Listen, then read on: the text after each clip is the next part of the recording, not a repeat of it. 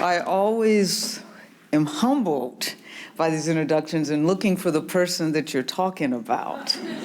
And I mean that. So thank you for the generous introduction. And thank you all for being here on a Thursday evening at the end of the semester. Your faculty members have coercive powers. I've been around the corner. I know you didn't say, oh, I can't wait to go to that lecture tonight. And I thank you for having me here. I've met two of your students already who picked me up, and if they are representative of Elon, as I'm sure they are, this is a wonderful community, and I'm so glad to be here. And when my friend and colleague, Professor Toddy Peters, sent an email and asked if I could come, I didn't know how I was going to do it, but I sent it to someone who does my schedule, and I said, make this happen, because she is such, as you all know, a special person and colleague and friend, and I know that you are as blessed to have her here as I am blessed to know her. So thank you for having me here. Sounds like your class is going to know more than me, and so I'm going to try to at least say something about stand your ground culture, and I will indeed look forward to the discussion afterwards. And so to some of you, it will be new. To others of you, I hope that it provides new understanding, at least into the book that you read.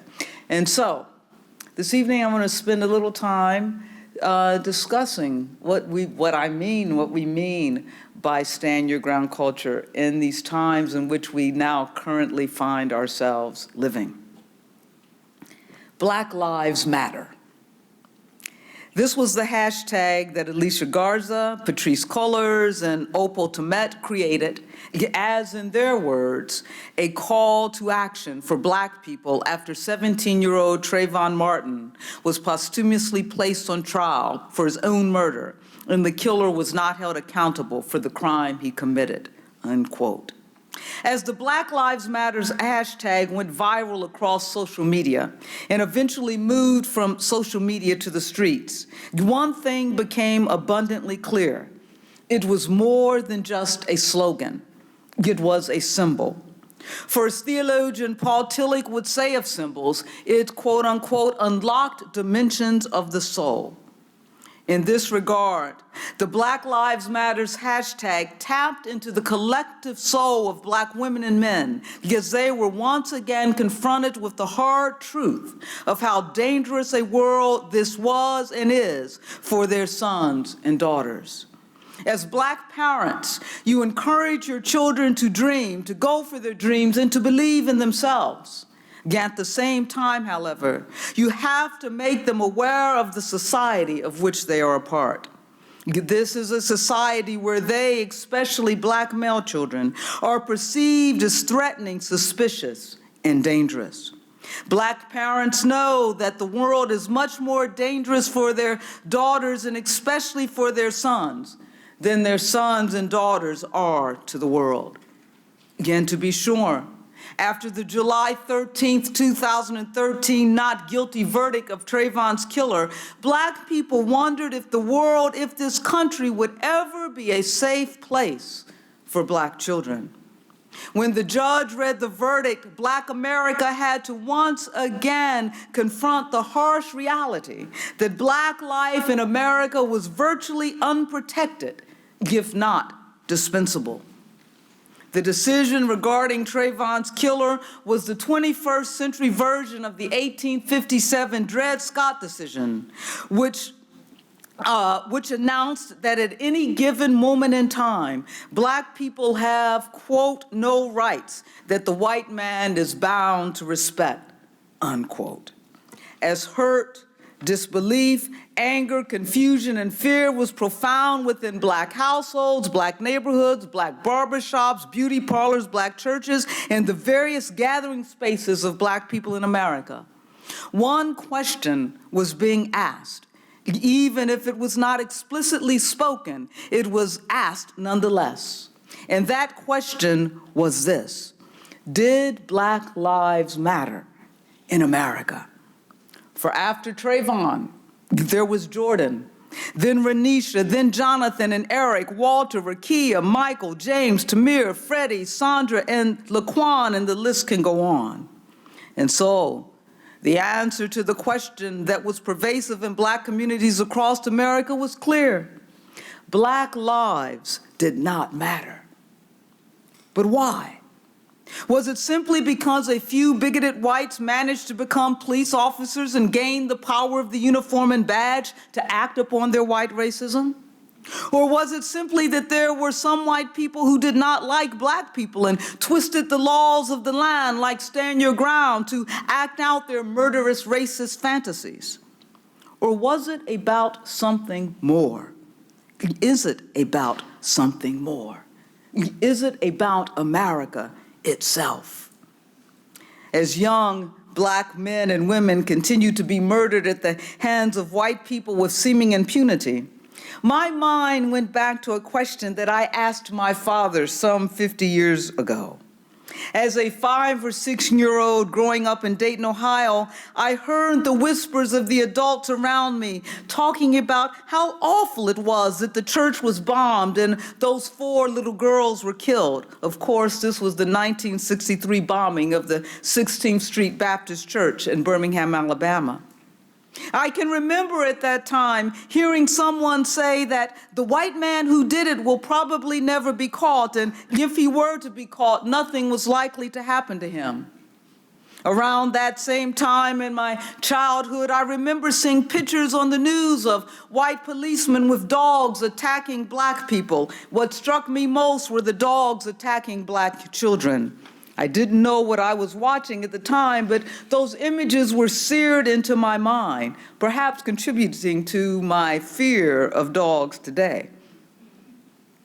I also remember eavesdropping as my parents talked about a man in Mississippi. That man was Medgar Evers, who was killed in his driveway in front of his family, and saying what a shame it was. And again saying how nothing would probably happen to whoever did it if they ever found out who it was. It was no doubt these whispered conversations and violent images seared into my mind, along with the awareness of growing up Black in America, that prompted me at the age of 7 or 8 to ask my father why white people didn't like us. I don't remember his answer, but I do remember thinking that if I could figure it out, then maybe we could do something about it, and then white people would stop treating us so badly. In my mind, I just knew that it was something that we must have done to warrant such treatment.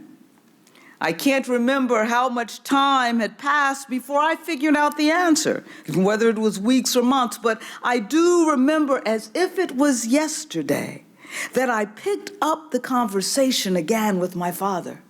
One afternoon, as we were leaving the house, I stopped on the porch and I said, "Daddy, I figured out the answer to my question," as if he and I were having this continuous conversation.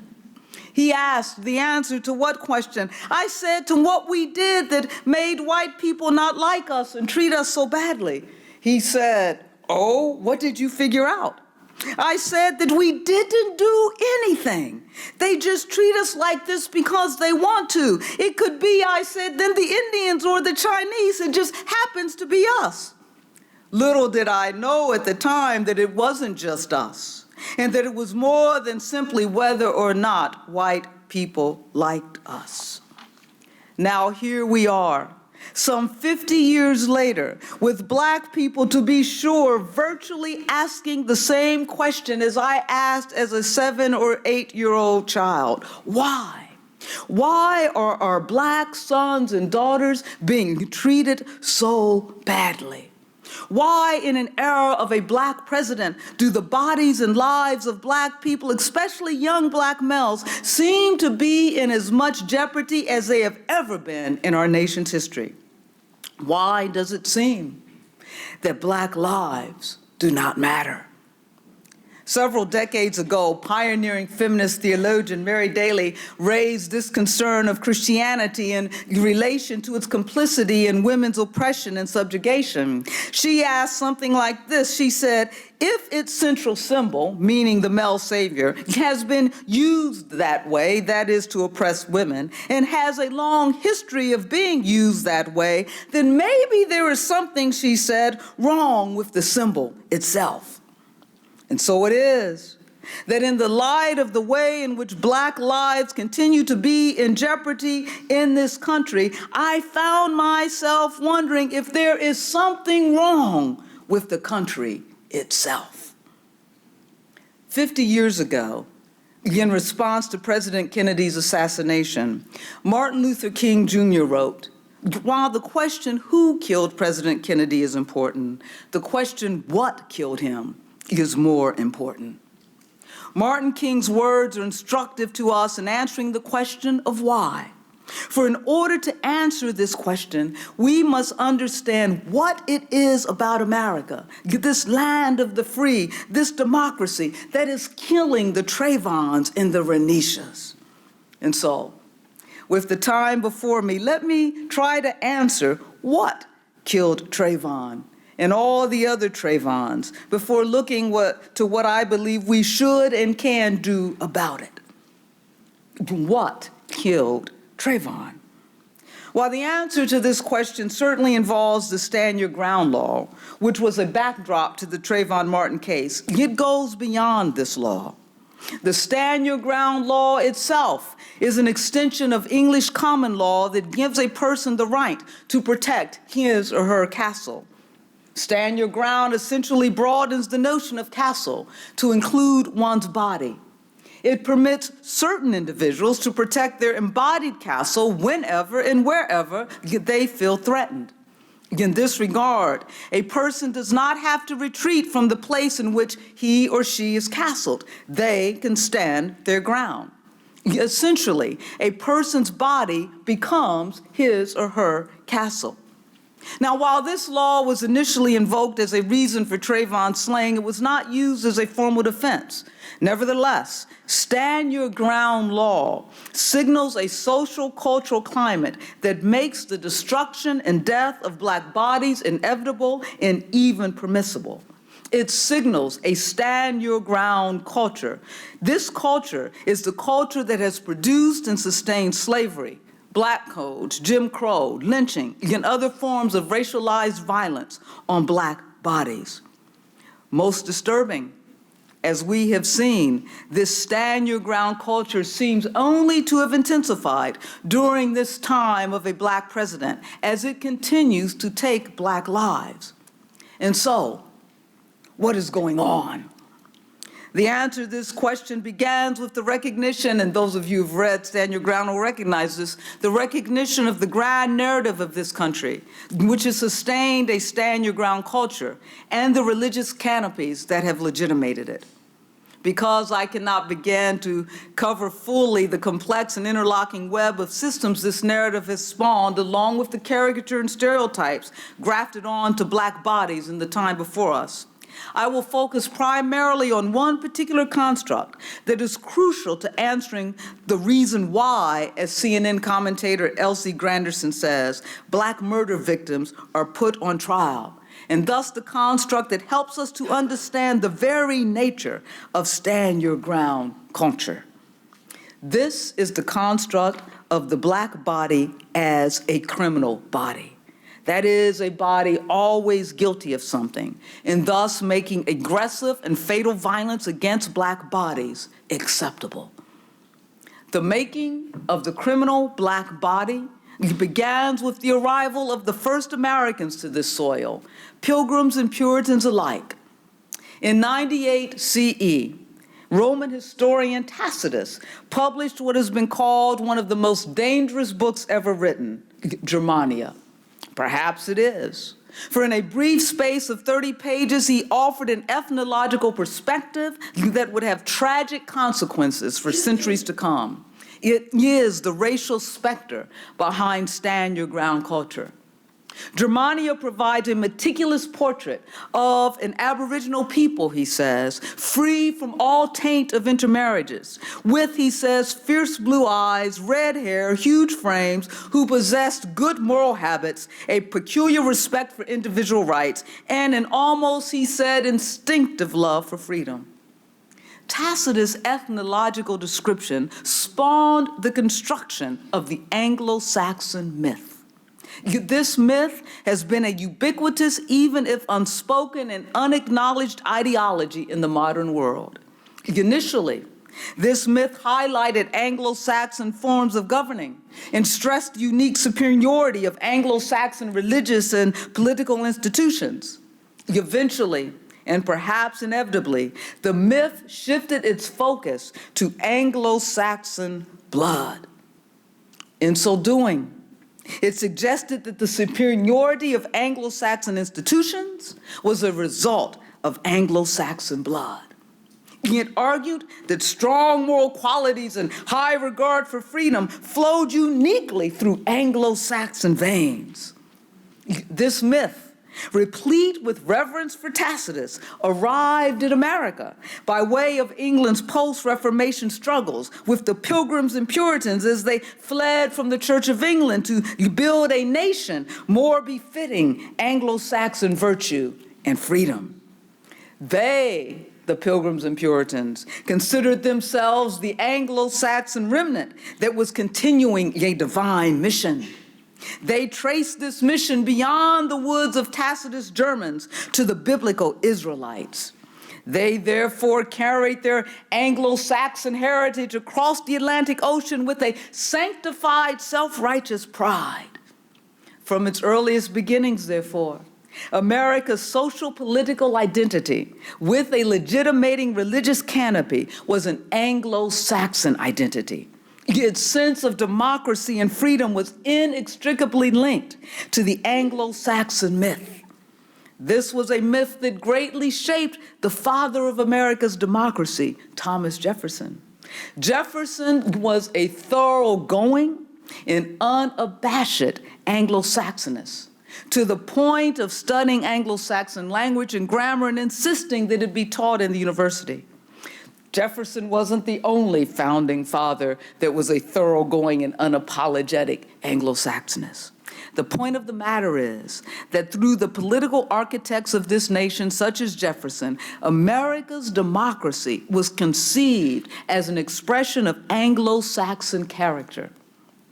In his book, The Racial Contract, Charles Mills argues that America's democracy is qualified by an unspoken subaltern contract that is defined by race. He essentially argues that the liberty America promises to its citizens is intended only for its white citizens. I believe that Mills' observations are apt, except for the fact that the racial limitations of America's democracy are not the result of a subaltern contract. Rather, they result from the palpable Anglo-Saxon dogmatism and arrogance that defined America's beginnings. Put simply, the city on the hill that the early Americans were building, was nothing less than a testament to Anglo-Saxon chauvinism. Hence, the grand narrative that defines America is that of Anglo-Saxon exceptionalism. In order to sustain itself, this narrative then produced the ideology of white supremacy, what W.E.B. Du Bois describes as the wages of whiteness, in legal scholar Cheryl I. Harris terms, cherished white property. Subsequently, in an effort to validate the notion of white supremacy, which expresses itself as subjugating power endowed with rights that only white bodies can enjoy. For example, these rights are the right to free space, which is essentially regarded as a white space. Free space then becomes a wage of whiteness. So, in a way to support itself, not only did certain rights emerge that were only rights accorded to white bodies, but a stand-your-ground culture emerged, part and parcel with the ideology of white supremacy. It emerged in an effort to protect the wages of whiteness, as W.E.B. Du Bois says. In particular, it emerged in an effort to protect white space. And again, that is the free space.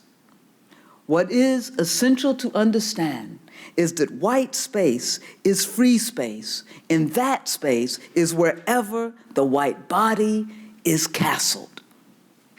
Put simply, from the Puritan and Pilgrim beginnings of this country, Anglo-Saxon power has formed an intricate cultural web of interactive narratives and discourse to sustain itself, or at least to maintain the illusion of America's Anglo-Saxon identity. This has been replete with rights that only white bodies are to enjoy. You all still with me? This web began with the grand narrative of Anglo-Saxon exceptionalism. Now, here's the thing. The black body has become trapped in this web, a web which ultimately constructs it as a criminal body, hence one that does not belong where? In white space. What is white space? Free space. And hence it's been constructed as a body that is always guilty of something.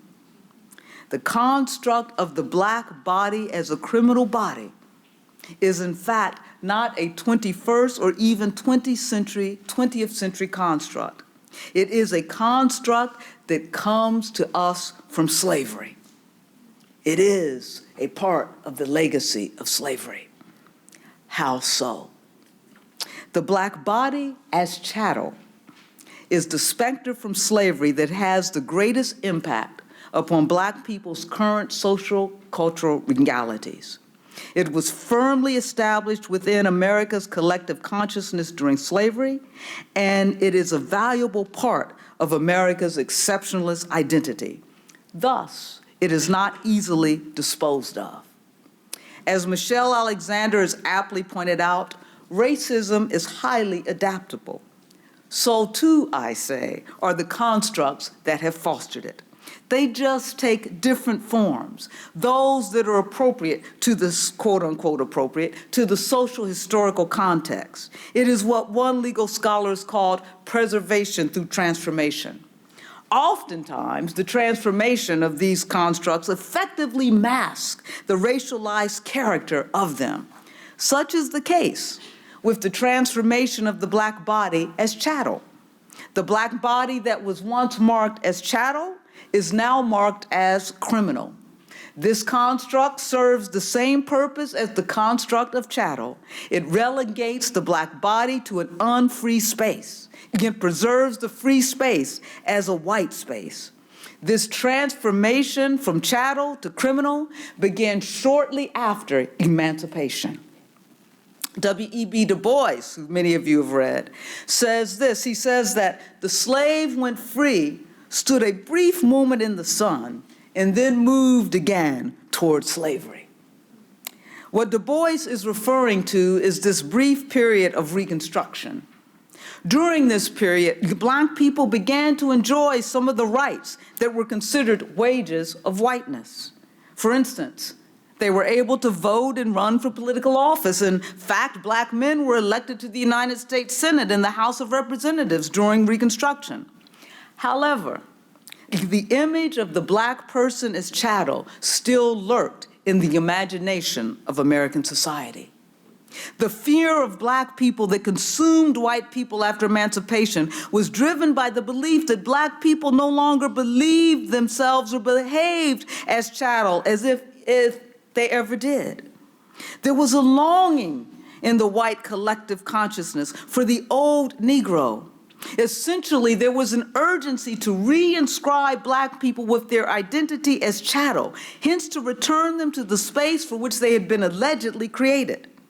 It is, of course, not by chance that stand-your-ground culture, which was fostered to protect cherished whiteness and hence the white space, began to assert itself in a more aggressive manner after emancipation.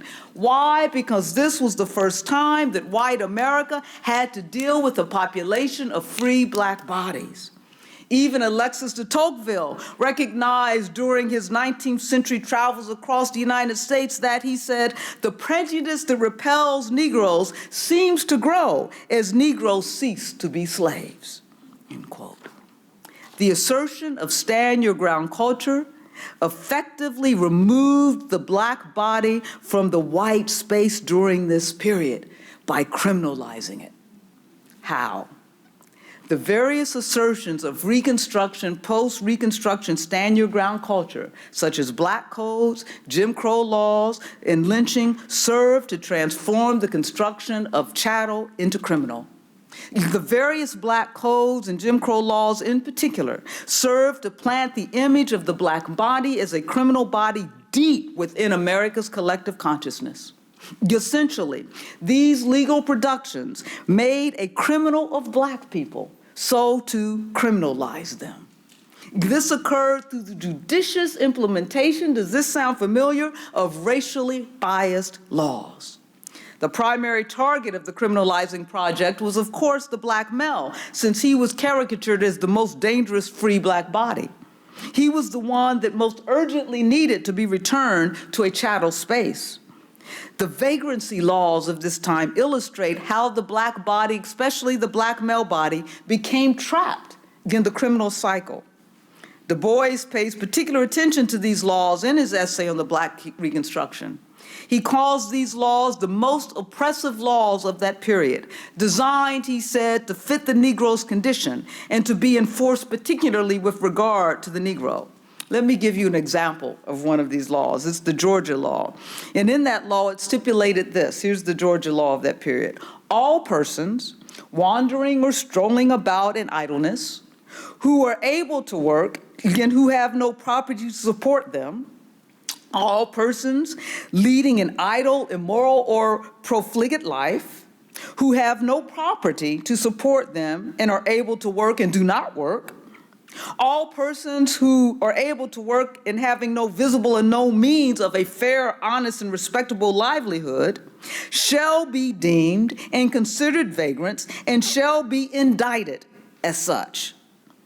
Now, this is right after emancipation. Who are those laws targeted for?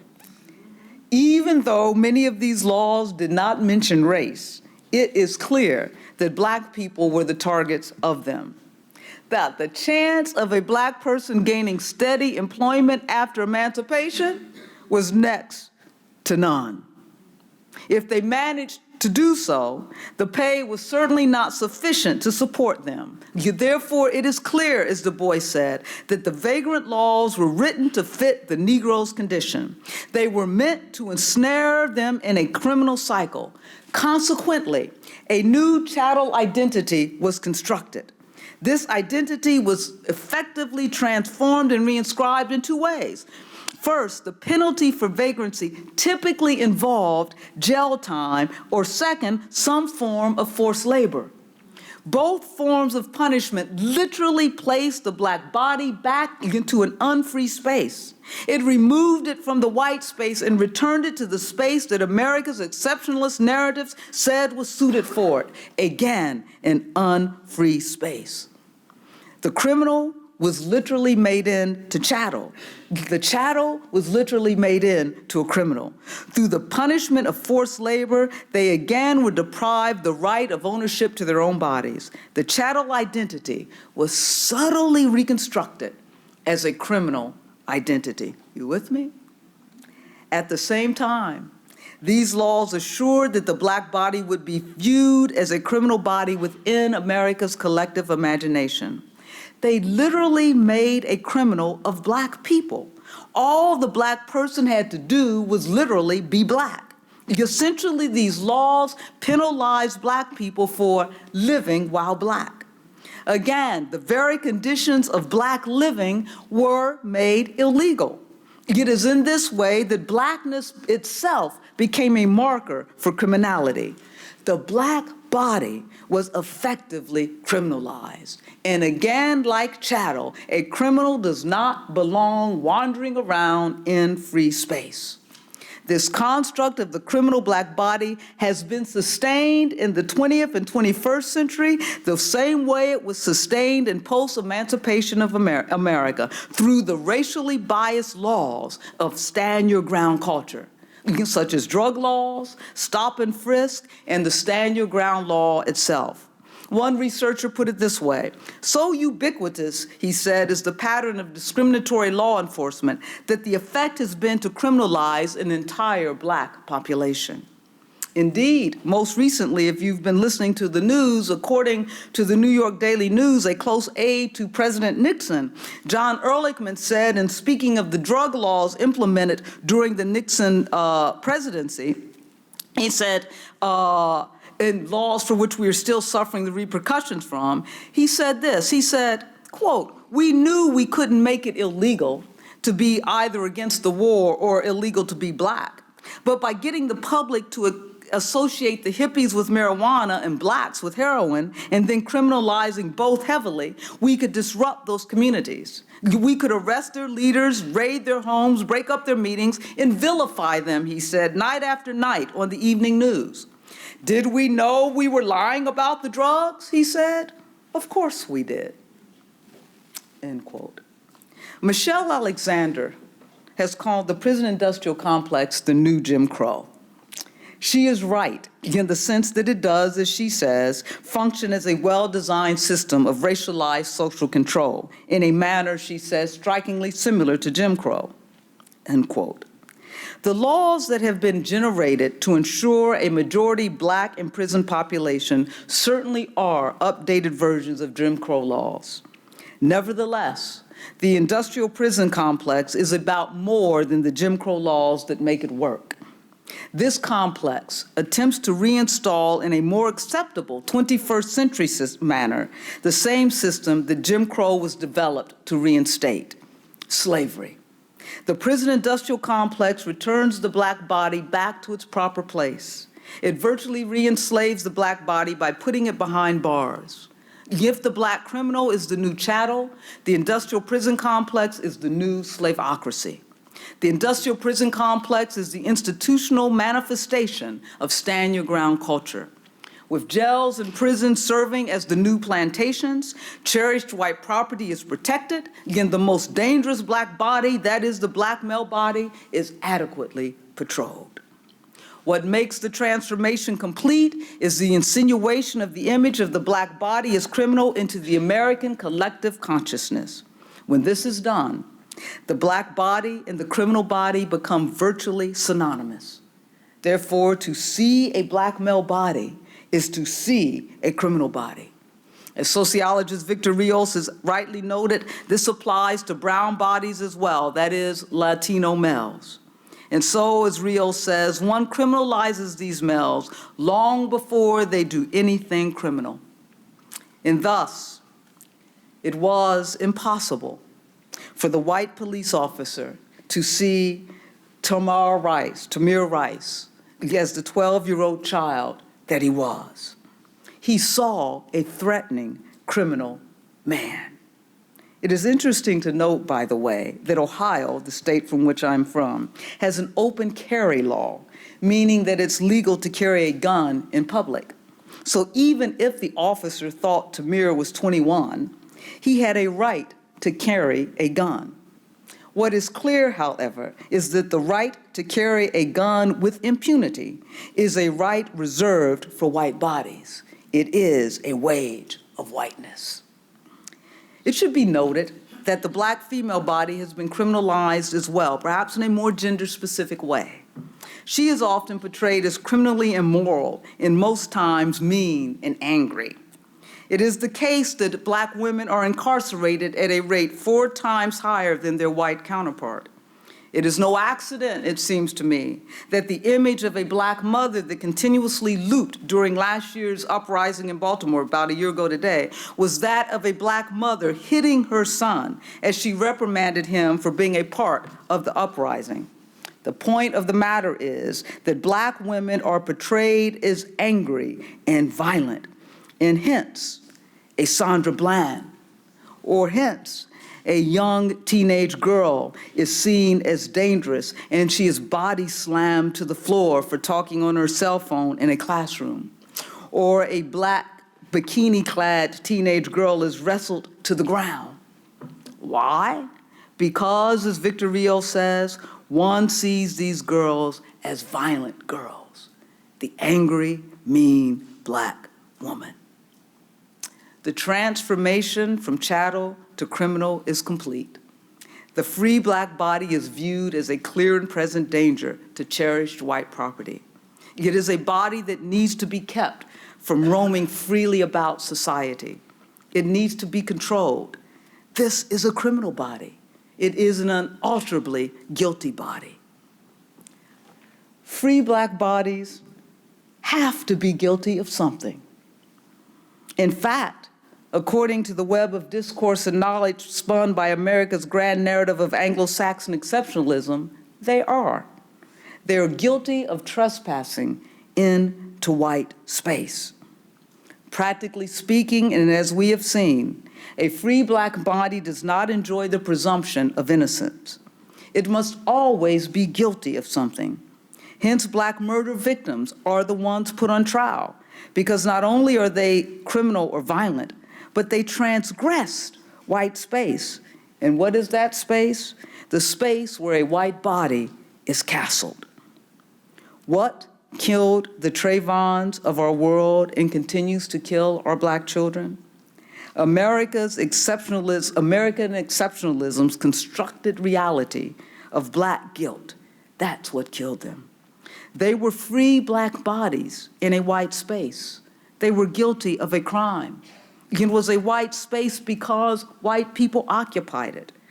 So they had to be doing something other than asking for help, as Renisha was, or walking home, as Trayvon was, or playing loud music, as Jordan was. The discursive productions of America's narrative of exceptionalism has done its job as it takes the freedom, indeed the lives, of young black women and men with impunity. Whiteness has effectively stood its ground. And so, as a nation is defined by stand your ground culture, then in that nation, black lives do not matter, at least not when they are seen to be a threat to the wages of whiteness. And so, it was inevitable that as the Black Lives Matters hashtag went viral, whiteness would stand its ground with the refrain, all lives matter. And so what does this mean? What are we to do about it? First, we must recognize that stand your ground culture produces violent systems and structures. It fosters conditions of living that nurture death, not life. And so we must recognize that the fruit of stand your ground cultures are the systems and structures that limit employment, housing, educational, healthcare, and even recreational opportunities for non-white bodies. And as we recognize this, we must recognize that just like stand your ground culture itself, these systems and structures are violent.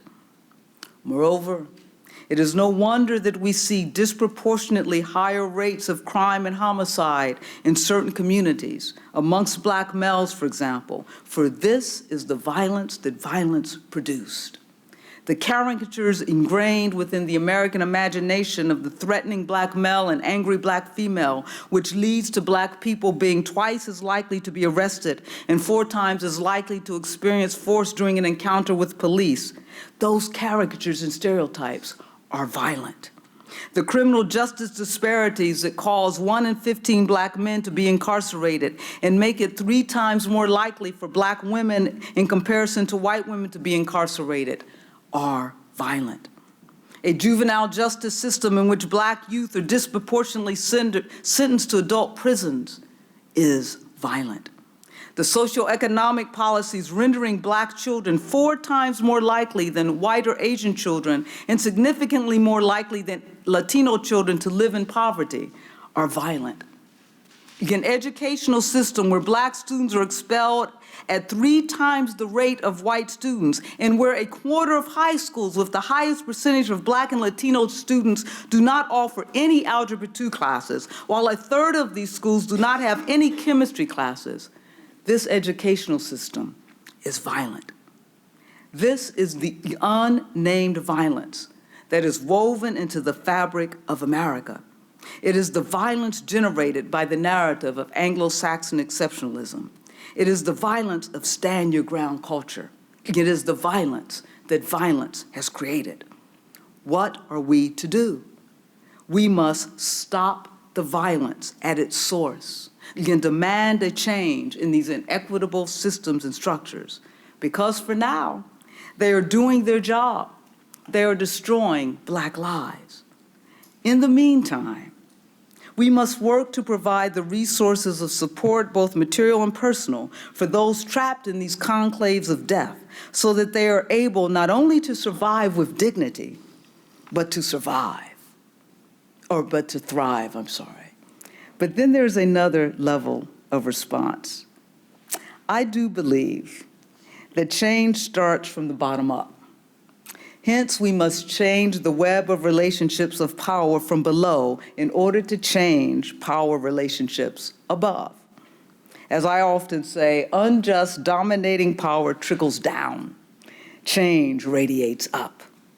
Thus, in our universities and on our college campuses, like this, in our classroom spaces, we must lead the way in changing those relationships, and thus we must lead the way in having the difficult conversations about race and all that it means in this nation. On college campuses such as this, we must move beyond our zones of comfort and get to know and listen to the stories of those different from ourselves. Most particularly, we must engage the world from the vantage point of those who are victimized and marginalized by stand your ground culture. We must see what they see. We must feel what they feel. And then maybe we will be compelled to stop the violence. I have come to believe that this time of ours is perhaps what we call theologically a Kairos time. That is a decisive moment in history that potentially has far-reaching impact. A time where through chaos and crisis, God is fully present, disrupting things as they are, so to provide an opening to a new way of being in the world, a new way of being with one another, and even a new way of being with our gods. What can we do? We, each and every one of us, can lead the way to a new way of being, a new way of being with ourselves, a new way of being with one another, a new way of being in this nation, a new way of being so that all Black lives will indeed matter. And I'll end there.